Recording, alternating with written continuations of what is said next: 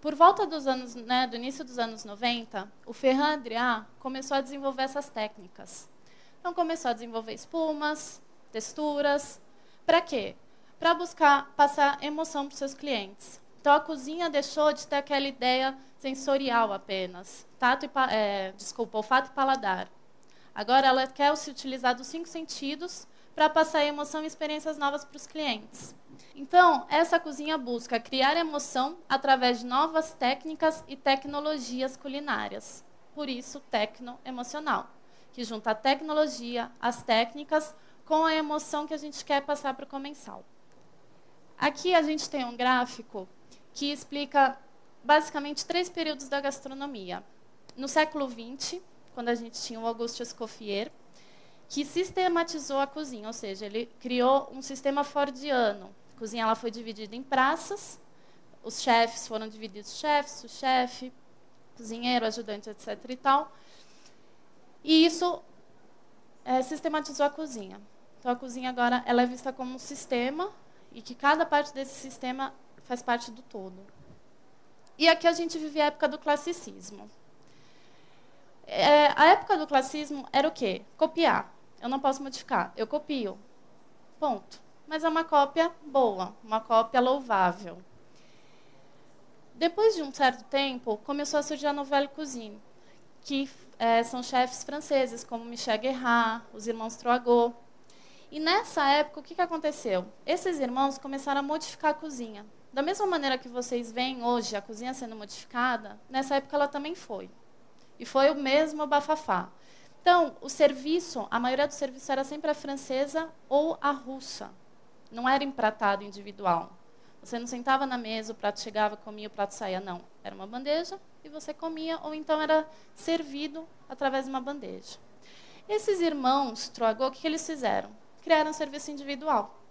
E isso revolucionou a cozinha. Por quê? A partir desse serviço individual, eles começaram a criar molhos mais leves, a se preocupar mais com os alimentos frescos, deixaram um pouco de lado o uso excessivo de manteiga e criaram uma nova cozinha, que é chamada Nouvelle Cuisine.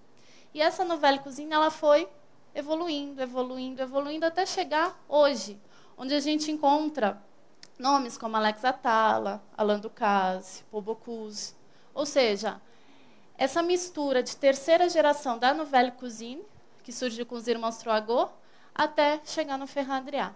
Então, basicamente, a gente precisa entender esse universo para a gente compreender por que dessa evolução. E a cozinha tecnoemocional é feita de 10 regras. Ou seja, a cozinha é uma linguagem com a qual o cozinheiro quer se expressar, sendo seu desejo compartilhar sua obra com seus comensais. Até aí, qualquer cozinha é feita disso. O cozinheiro assume risco, sabe que sua proposta não pode ser compreendida. Ou seja, o risco de uma produção tecnoemocional ser criticada é muito maior. Você criar um alimento que, para isso, você precise de técnicas diferenciadas, técnicas novas ou de produtos químicos, só por si só já gera muita crítica. O cozinheiro não cria apenas pratos, mas abre caminhos com a ajuda de técnicas e conceitos, ou seja, a racionalização da cozinha. A gastronomia ela deixou de ser uma cópia, deixou de ser algo muito mecânico. Agora os cozinheiros eles pensam no que eles estão fazendo e no que eles querem atingir. Os pratos são criados com a intenção de estimular todos os sentidos, ou seja, a gente não se preocupa mais com olfato e paladar. A gente se preocupa com memórias evocativas, ou seja, a minha avó fazia... Vamos pensar no filme Ratatouille. Aqui todo mundo assistiu Ratatouille? O crítico não comia aquele ratatouille da mãe dele quando ele era pequeno. E quando ele colocou o mesmo produto na boca, ele relembrou. Então, a cozinha tecnoemocional, a parte emocional, vai buscar sempre tocar alguma parte especial sua. Seja uma sensação de frio na boca, seguida por uma sensação de calor, que vai te gerar uma sensação nova. Isso o Heston Blumenthal usa muito. Ele tem um chá, que quando você toma o chá, você sente as duas sensações juntas, quente e frio. E você se embanana todo. Então, os pratos eles são criados sempre com essa intenção. O fazer culinário supera o físico e os sentidos, tornando-se algo emocional e intelectual. O criador utiliza uma sinergia entre disciplinas para criar novos pratos. O comensal é mais ativo, ou seja, ele é muito mais participativo. Eu não como simplesmente vou embora. Eu tenho que comer, me concentrar no que eu vou sentir e no que eu estou esperando. Todos os produtos possuem o mesmo valor. Isso a gente pode perceber muito pela cozinha do Alex Atala. Um quiabo tem o mesmo valor de um caviar. Tanto que ele tem um prato feito só com quiabo. Desaparecem as fronteiras entre o mundo doce e salgado. E a cozinha é uma forma de vida, e o restaurante não é mais um negócio apenas. Ou seja, hoje em dia a gastronomia ela é vista como paixão, e não como ofício. Se eu sou chefe, se eu sou cozinheira, é porque eu amo a minha profissão, não me importo em ficar trabalhando todos os dias até tantas da manhã, eu faço porque eu amo e porque eu quero proporcionar experiências para as pessoas. A IG Food, muito felizmente, eles estão importando 3 máquinas, que seria o Roner, que é cocção a vácuo, a Gastrovac, também cocção a vácuo, e o Clarimax, que é um clarificador. A primeira máquina que a gente vai estar falando é a Gastrovac. Essa foto é da Gastrovac antiga. Então, ela foi o primeiro modelo criado na Universidade de Valência pelos irmãos Torres, que eles têm um restaurante aqui em São Paulo que chama N.